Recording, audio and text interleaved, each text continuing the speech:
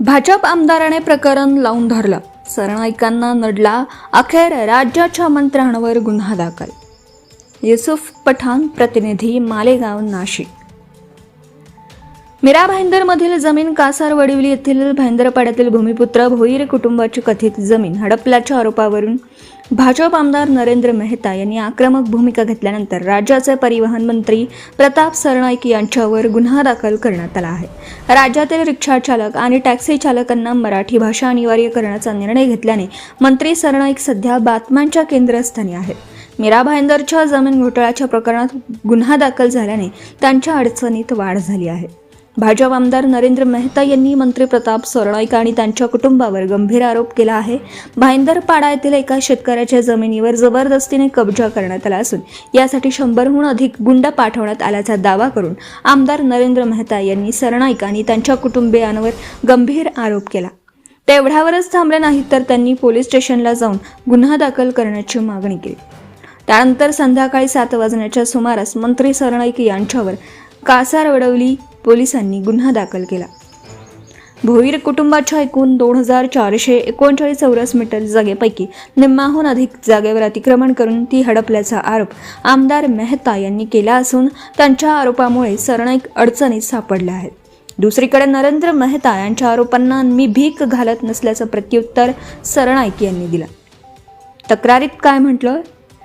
मी जगन्नाथ गंगाधर भोईर, वय वर्ष 45. मी अंधेरी येथे ICICI बँकेमध्ये मॅनेजर या पदावर कार्यरत आहे. माझे वडील, माझे चुलते व त्यांची मुले आणि माझी आत्या व त्यांची मुले असे मिळून आमचे मालकीचा भाईंदरपाडा GB रोड, ठाणे पश्चिम या ठिकाणी सर्वे क्रमांक 109-19 असा 24.39 गुंठ्याचा प्लॉट आहे. त्यामधील 12.19 गुंठे जमिनीचा माझे वडील सोडून इतर त्यावेळी 7/12 वरील सर्व व्यक्तींचा 2013 साली बालाजी एंटरप्राइजेस यांच्याशी करार होऊन ती विकसनासाठी देण्यात आली आहे. उर्वरित 12.19 गुंठेचा प्लार्केटचा ताबा हा माझे वडिलांकडे आहे. त्या प्लॉटचे बाजूलाच आम्ही राहत आहोत. 26 एप्रिल 2025 रोजी रात्रीच्या सुमारास विहंग बिल्डर्स LLP व विहंग मरीना प्रोजेक्टचे वतीने रोहित मालुसरे व त्यांचे सोबत असलेले अंदाजे 80 ते 100 अनोळखी पुरुष आणि महिला असे यांनी गैरकायद्याची मंडळी जमवून आमच्या ताब्यातील प्लॉटमध्ये घुसून ताबा घेण्याचा प्रयत्न करीत असताना आम्ही आमच्या प्लॉटवर जाऊन त्यांना विरोध केला असता सदरचे गोष्टीचा त्यांना राग येऊन त्यामधील काही इसमांनी माझ्या डोक्यामध्ये लोखंडी रॉडने मारहाण करून जखमी केला. तसेच माझे पत्नी लीला आणि माझा चुलत भाऊ मनोहर भोईर यांना दगडफेक दरम्यान मुकामार लागला आहे.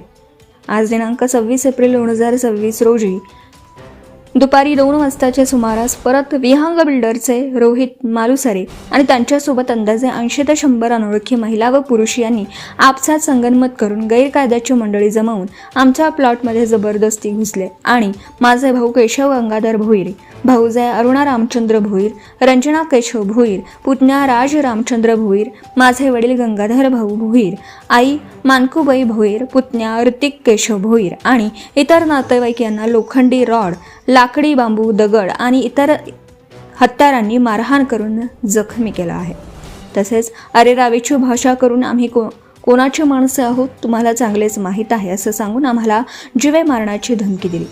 म्हणून माझी प्रताप बाबूराव सरनाईक यांचे विहंग बिल्डर्सचे काम करणारे रोहित मालुसरे आणि त्यांचे सोबतचा 80 ते 100 अनोळखी महिला व पुरुष यांचे विरुद्ध तक्रार आहे. Subscribe now and press the bell icon. Never miss an update.